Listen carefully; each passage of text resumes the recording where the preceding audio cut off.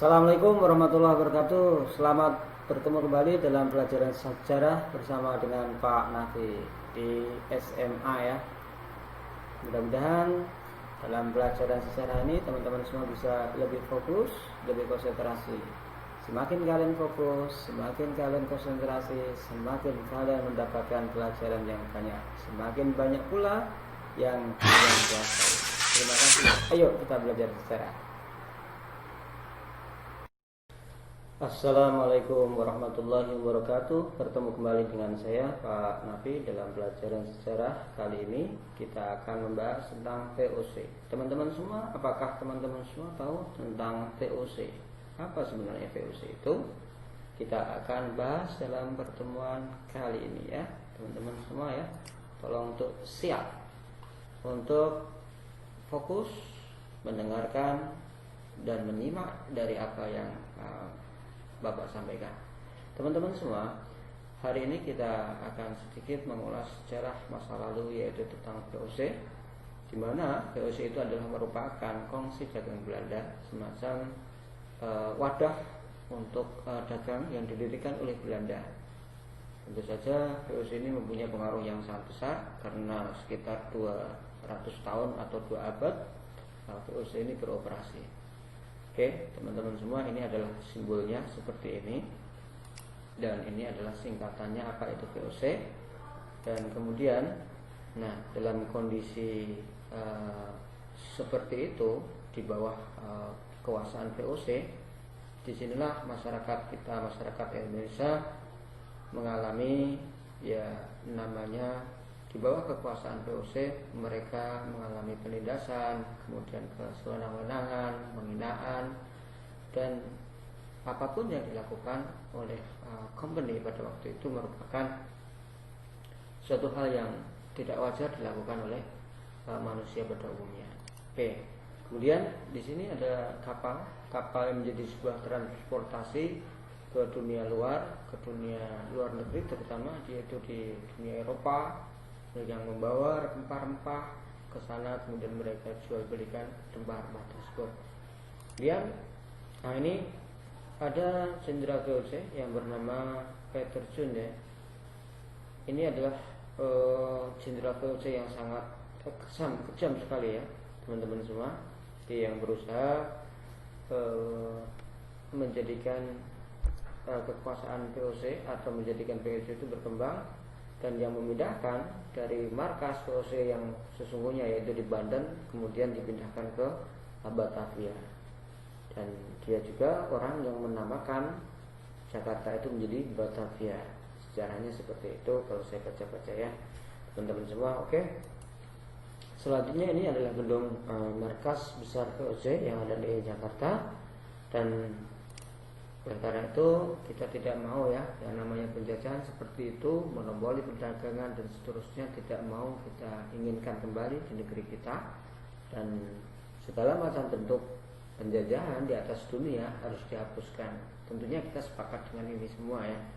Oleh karena itu kita sebagai anak bangsa ini perlu bersatu untuk meningkatkan atau menjadikan Indonesia lebih maju, yaitu terlebih dahulu dengan kita meningkatkan kualitas kita atau pengembangan diri yang harus kita lakukan secara terus-menerus. Karena untuk maju, untuk berkembang, kita butuh yang namanya SDM ya.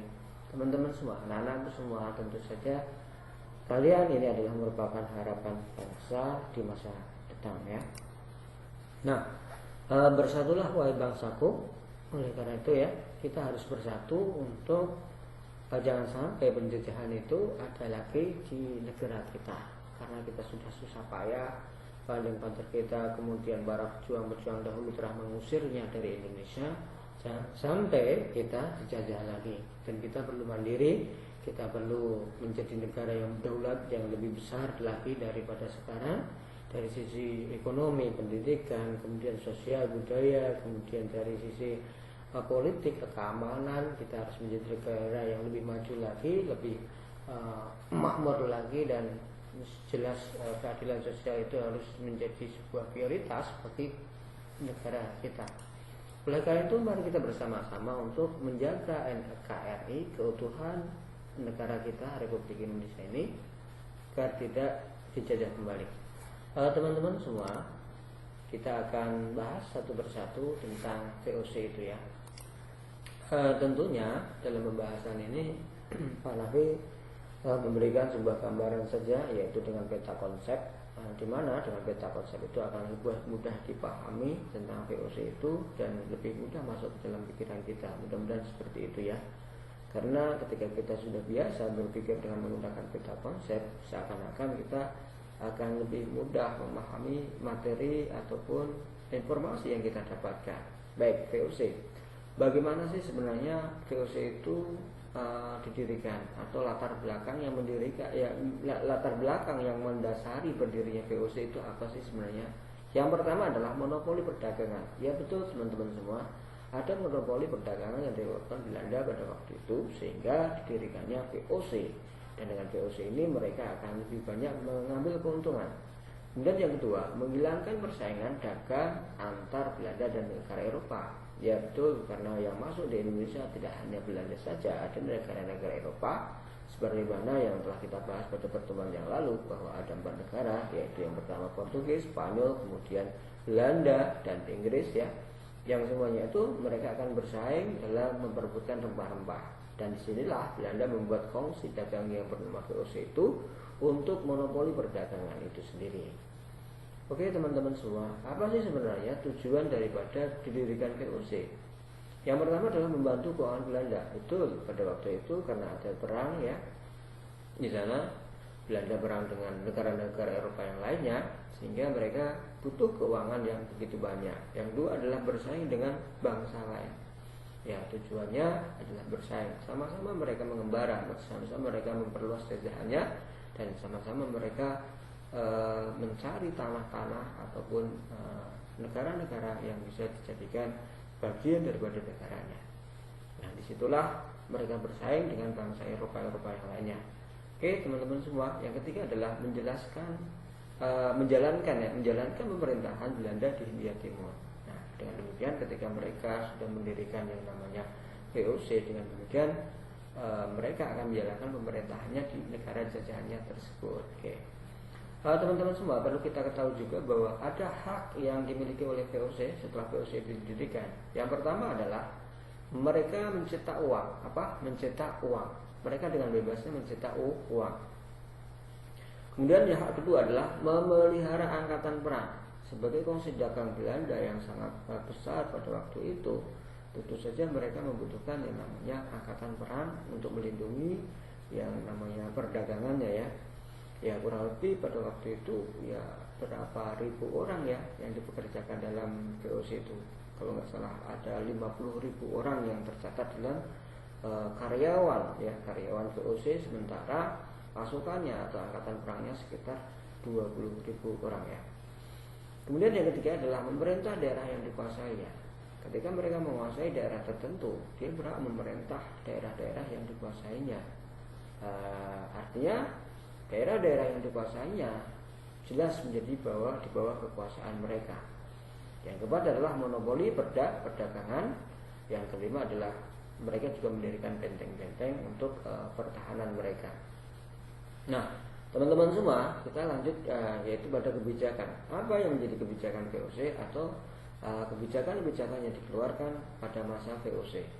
Yang pertama adalah mengawasi perdagangan. Maksudnya apa mengawasi perdagangan? Bahwa sesungguhnya orang-orang Belanda atau company pada waktu itu mengawasi perdagangan yang terjadi antara orang-orang pribumi, orang-orang Indonesia dengan bangsa Eropa yang lainnya. Dia selalu mengawasi perdagangan itu, jangan sampai orang-orang pribumi Indonesia itu menjual kepada bangsa yang lain. Makanya di situ ada semacam pengawasan yang dilakukan oleh mereka terhadap orang-orang pribumi dalam hal perdagangan ini. Kemudian mereka juga menebang rempah-rempah yang diproduksi secara berlebihan. Kemudian kebijakan yang ketiga, kewajiban rakyat membayar pajak. Betul. Ada rakyat yang terutama daerah-daerah yang dikuasai oleh mereka diwajibkan untuk membayar pajak, kemudian menyerahkan pajak. Dan yang kelima adalah kewajiban menanam kopi. Mungkin teman-teman bertanya, kenapa kopi, bukan tebu, bukan teh, bukan apa ya, tembakau dan seterusnya. Tetapi di sini kopi. Ternyata kopi pada waktu itu sudah menjadi trending yang sangat luar biasa ya. Di mana kopi bisa dibawa ke Eropa, kemudian dipasarkan dalam dunia internasional, perdagangan internasional ya. Ternyata kopi memberikan kontribusi yang besar ya pada waktu itu. Oleh karena itu kopi dianjurkan ditanam di mana-mana, Sumatera, Jawa, kemudian di Kalimantan, Sulawesi dan seterusnya. Mereka company memberikan instruksi untuk menanam kopi ya. Nah, teman-teman semua, itu adalah merupakan kebijakan. Tetapi perlu kita ketahui sebenarnya bagaimana sih strategi mereka para company VOC ini untuk menguasai bangsa ini. Ada strategi untuk mengeksploitasi, strategi untuk menguasai, strategi untuk menjalankan roda pemerintahan VOC ini. Mereka dengan beberapa cara yang dilakukan oleh mereka, yaitu yang pertama adalah merebut pasaran produksi. Ya betul, ada beberapa pasaran produksi yang kemudian dilirik oleh mereka, kemudian mereka rebut dan mereka kuasai, sehingga dengan kekuasaan atau menguasai daerah-daerah yang menjadi produksi itu, tentu saja VOC itu akan semakin langgeng, semakin kuat ya. Kemudian yang kedua adalah tidak aktif dalam kegiatan produksi. Ya, dia menguasai produksinya, tetapi mereka tidak aktif dalam kegiatan produksi. Artinya mereka tidak terlibat dalam kegiatan tersebut, sehingga mereka hanya mengawasi ya, mengawasi dan mengambil keuntungan daripada produksi yang dilakukan oleh masyarakat pribumi. Kemudian yang ketiga adalah menduduki tempat strategis. Ya, betul teman-teman semua. Mereka juga mengalahkan atau mencari tempat-tempat strategis, dan bahkan ada tempat strategis yang dimiliki oleh pribumi. Bagaimana mereka berusaha mengalahkan dan mengambil hak tempat strategis itu untuk perdagangan mereka. Nah, dan ketika kita tidak mau ya mereka harus mengambilnya secara paksa. Nah, itulah merupakan bagian eksploitasi yang dilakukan oleh VOC pada waktu itu. Terus yang tidak kalah pentingnya dari eksploitasi ini adalah yang keempat, yaitu intervensi dalam kerajaan. Betul, di samping mereka menguasai orang-orang yang ada di bawah, mereka juga mencoba masuk intervensi, melakukan intervensi dalam kerajaan-kerajaan. Permasalahan-permasalahan kerajaan jangan selalu dia ikut campur terhadap permasalahan-permasalahan kerajaan yang pada akhirnya memecah belah bangsa kita.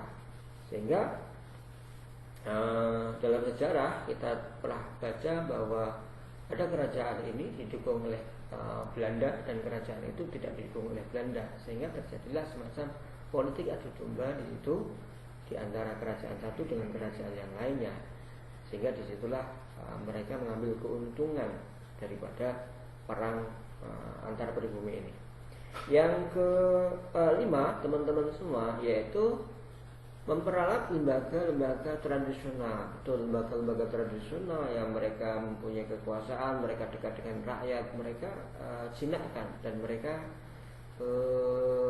kasih yang namanya perintah untuk berdagang bersama dengan VOC, dan mereka akan mendapatkan keuntungan. Nah, dengan iming-iming seperti itu teman-teman semua. Oke, teman-teman semua, sampai di sini tentang VOC yang terkait dengan bagaimana mereka mengeksploitasi daripada VOC itu sendiri. Namun teman-teman semua, tahukah teman-teman semua kapan sih sebenarnya ketika sudah kita ngomongkan berbagai macam kebijakan latar belakang, sebenarnya kapan sih VOC itu didirikan? Yang pertama adalah VOC didirikan pada tanggal 20 Maret 1602. Ya, didirikan oleh Johan van Oldenbarneveldt, ya, didirikan oleh itu tokohnya, kemudian berakhir pada 31 Desember 1799, di mana ini berlangsung, kejayaan ini berlangsung sekitar 2 abad ya, kurang lebih ya. Oke, teman-teman semua, di sini juga ada beberapa gubernur yang saya tuliskan, tapi sebenarnya lebih daripada itu semua ya gubernur VOC itu. Saya cuma menuliskan 2, yaitu Peter Potts, kemudian yang kedua adalah Jan Peter Johnson ya, yang tadi saya sampaikan, yang fotonya sudah ada di dalam gambar tadi, bahwa dia adalah gubernur yang sangat kejam ya pada masa pemerintahan VOC. Namun teman-teman semua, semuanya ada waktunya ya. VOC ini juga ada waktunya, saatnya gulung tikar ya gulung tikar ya. Tidak semuanya berjaya, dan ternyata hanya bertahan kurang lebih 2 abad ya di Indonesia, dan mereka mengalami gulung tikar. Oleh karena itu kita bahas di sini. Apa sih sebab-sebab VOC itu gulung tikar? Yang pertama adalah disebabkan karena feodalisme. Apa itu feodalisme? Yaitu sistem kekuasaan yang mengikat, dan sistem kekuasaan yang sangat otoriter, yang mana mereka harus ditaati, harus dituruti semuanya. Kemudian yang kedua adalah korupsi. Ya betul teman-teman semua, korupsi akan menjadi sebuah sebab runtuhnya VOC itu sendiri. Ya, akar permasalahannya dari korupsi itu sendiri, di antara para pejabatnya, di antara para pekerja-pekerjaan dan seterusnya. Ternyata korupsi juga terjadi pada masa-masa lalu ya, tidak hanya zaman sekarang. Mudah-mudahan pada tahun-tahun yang akan datang, ketika kita mendapatkan pemimpin-pemimpin yang adil, yang amanah, dan yang cerdas, kegiatan ataupun tindak korupsi ini semakin diminimalisir, bahkan tidak ada ya. Karena kita perlu ketegasan terhadap korupsi ini. Karena sesungguhnya kalau ada yang korupsi, tentu saja itu sangat mensengsarakan masyarakat kita, sehingga tidak ada prinsip keadilan sosial bagi seluruh rakyat Indonesia itu sendiri. Oleh karena itu, para pelaku-pelaku korupsi perlu dihukum dengan seberat-beratnya ya. Nah, karena tindakan korupsi inilah yang mengakibatkan runtuhnya yang namanya VOC itu sendiri. Dan nggak tahu ya, mungkin barangkali karena apa ya, keturunan atau mungkin turun-temurun dari Belanda, sehingga sekarang ini di Indonesia, negara kita yang saat sekarang ini merdeka pun, banyak orang-orang melakukan korupsi ya. Benar tidak sih? Kalau saya baca berita-berita kok banyak sekali orang-orang yang korupsi, pejabat-pejabat kita ya. Yang mudah-mudahan mereka diberikan kesadaran, diberikan kemudahan untuk kembali kepada jalan yang benar. Teman-teman semua, yang ketiga adalah ketidakcakapan dalam memimpin. Betul sekali, ketidakcakapan dalam memimpin adalah merupakan faktor yang sangat menentukan rodanya sebuah lembaga, rodanya sebuah kongsi, rodanya sebuah kepemerintahan. Sehingga dengan kecakapan memimpin itulah yang akan bisa bertahan lama. Oleh karena itu diperlukan ilmu kepemimpinan, diperlukan ilmu manajemen, leadership, dan manajemen itu satu hal yang perlu dipelajari untuk mengelola, untuk mengatur, untuk memanage segala macam terkait dengan permasalahan kepemimpinan. Jikalau ada pemimpin yang pandai, dan pandai itu adalah mereka yang bodoh tetapi pura-pura bisa, itulah kecelakaan akan terjadi. Karena sesuatu itu tidak akan bisa diemban oleh mereka yang tidak mampu, tidak menguasai ilmunya, seperti ilmu manajemen, nggak paham dia, maka mereka akan sering sekali didemo oleh masyarakatnya. Sering sekali mereka bertentangan dengan kebijakan-kebijakan yang dahulu, dan mungkin bertentangan dengan hati nurani rakyat itu sendiri. Oleh karena itu diperlukan yang namanya kepemimpinan dan manajemen leadership yang tangguh ya di sini. Oleh karena itu teman-teman semua ada kesempatan untuk ke sana ya, karena masih muda. Silahkan gunakan waktunya, silahkan gunakan tenaganya, kemudian energinya untuk mengembangkan diri ya. Karena sesungguhnya kita ini adalah merupakan khalifah atau pemimpin di muka bumi ini. Oleh karena itu ada harapan dalam diri kalian untuk bisa menyelamatkan bangsa ini, menyelamatkan negeri ini dari keterpurukan dari yang lainnya. Oke, teman-teman semua, yang keempat adalah terlilit hutang. Betul. Ketika hutang sudah menjadi sebuah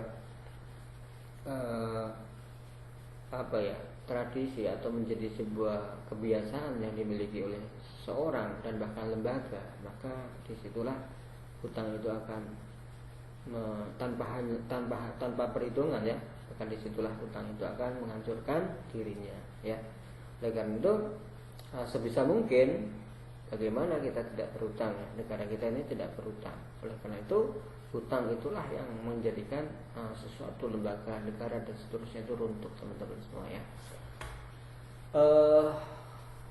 Baik, sampai di sini teman-teman semua. Jika teman-teman semua, anak-anak semua tidak paham dengan apa yang disampaikan ini, silahkan nanti WA Mbak Nafi atau Japri, silahkan ditanyakan ya, karena ini penting mengetahui sejarah Belanda, penguasaan Belanda terhadap Indonesia dalam sisi perdagangan ini. Dan jangan sampai pada zaman saat sekarang ini, betul, zaman saat sekarang ini tahun 2020 di masa-masa pandemi seperti ini, apakah ada monopoli perdagangan dari luar, asing dan seterusnya itu?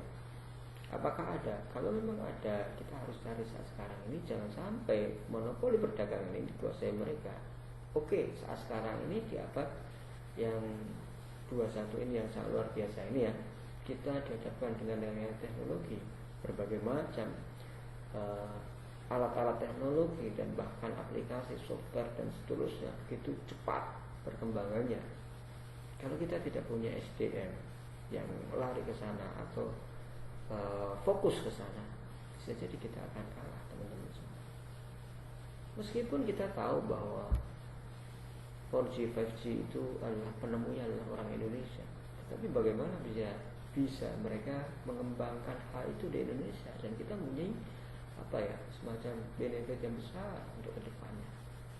Teman-teman semua, disinilah perlu kita belajar sejarah bagaimana negeri ini merdeka dan bagaimana kita terhindar dari penjajahan yang kedua kalinya.